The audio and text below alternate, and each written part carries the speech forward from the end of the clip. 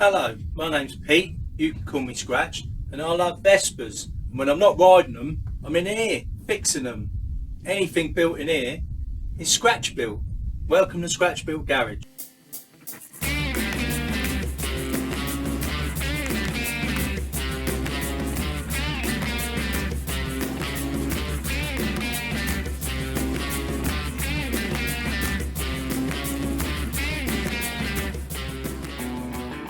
Today we're going to be having a look at more exotic Vespa engine because it's Spanish, it's piston ported, and it comes with a Femsatronic electronic ignition.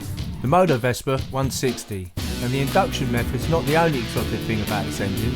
It also features the Femsatronic electronic ignition system, exclusive to Motovespa at the time, and later to be used on the Rally 200.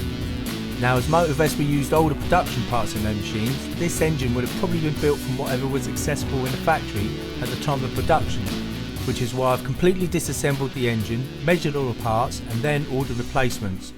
But the first thing to do is to get these into the parts washer. Okay, so that's the cases cleaned. The first job I've got to do is press the bearings onto the crankshaft. So I'm having a quick look at the crank that I took out of the engine. The flywheel side bearings are running freely enough. The keyway is completely shot.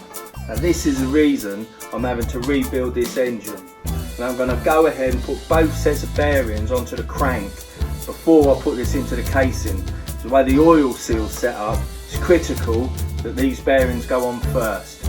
Anyway, back to the matter at hand. Now set up a little bar across the corner of this table to support the crankshaft from the top, and I'm going to use this little tool that I've made to press it on.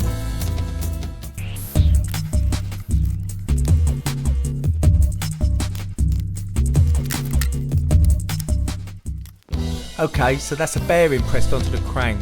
The next job is to push the clutch side oil seal into the casing. Now I'm going to apply some heat, use the drift the right size, and just push it in until it stops onto the circlip. With the oil seals in, the next job is to push in the rear axle bearing. So I'm going to use the same method, apply some heat, use a drift, and just tap it home.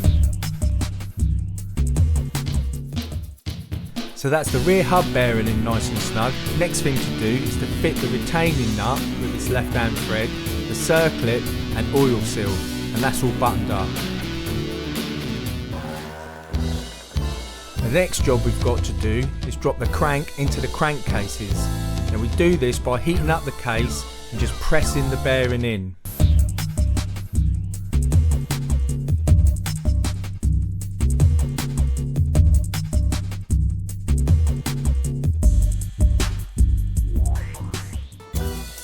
And the crank is in. Now it didn't just drop in as it was supposed to. I had to use a puller to seat it properly. So now we're going to have a look at the cush drive rebuild. So I've already slotted the bearings onto the shaft, and all I have to do is insert the shaft into the cush drive, pop the circlip on, and that's ready to go.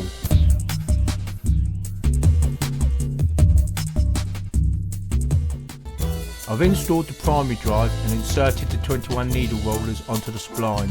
I'm just going to tap it home, and that fixes with a nut on the back of the casing.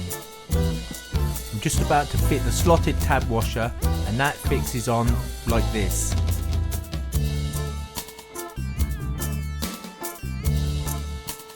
A quick word on the gearbox, which I'm just about to rebuild.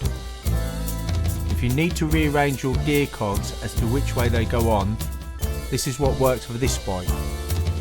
If you put a ruler across the cog, you'll see that it has a raised section. If you put a rule across the other side, you'll notice it will be flat. The flat section goes towards the back, the raised section goes towards the front. Now I've checked that by the wear marks on the spindle to make sure they're all facing the right way, and that's how I've assembled it. Now I've also got my shims, and I've got my circlip, and it's time to put it all together.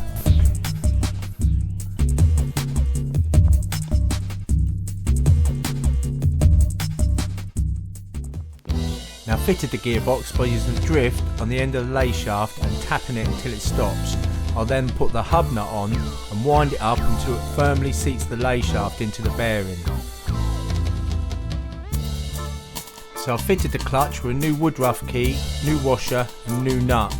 Now I've put the clutch on without a thrust plate below it, because when I took it off it didn't have one. And I've just taken apart another 160 engine I've got, that doesn't have one either. And I know the clutch was working fine, so I'm just going to check everything the other side for clearances and move on. But that's a clutch cover on with new nuts, bolts and shape-proof washers. Now tomorrow I'm going to tackle the smaller side of the casing, which is one set of bearings, one oil seal, and to repair that kickstart retaining spring.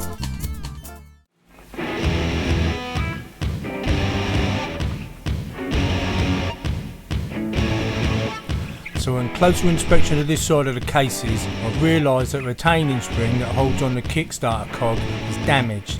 So I'm going to replace that with a kit that I picked up this morning, and that's going to be my first job.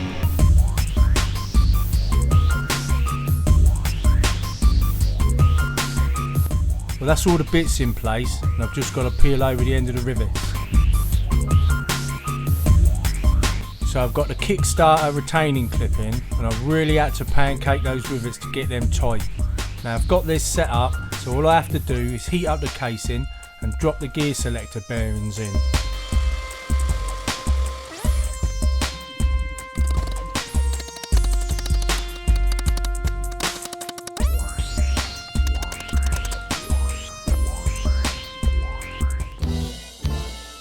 We've got the flywheel side casing all built up, ready to go, and we've got the crank side casing ready.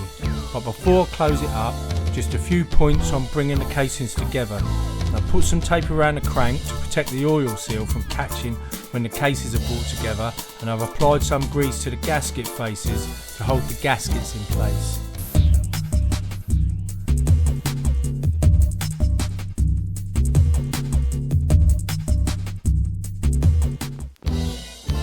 So that's the casings together, and I've gone ahead and built up the top end, and because I know the top end's in good condition, I've left the piston in the barrel for ease of assembly and to avoid damaging the piston rings. Now it's time to just drop in the stator plate and flywheel. So that's the stator plate on.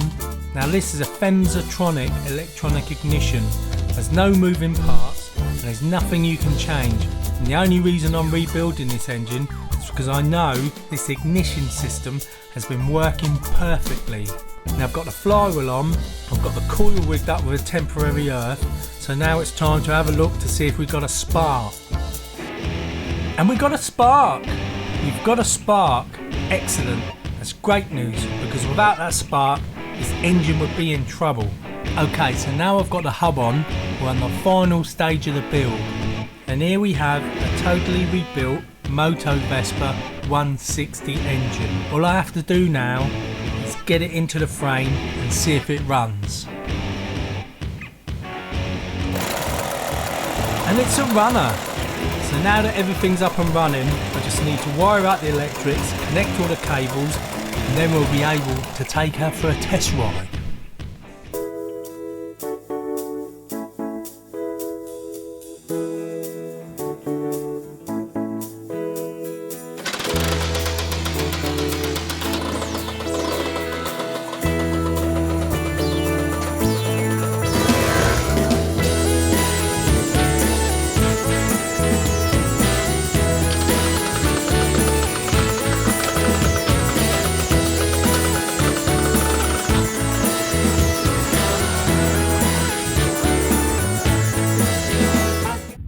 So I've taken the 160 out for a test ride. Mechanically, everything's running fine.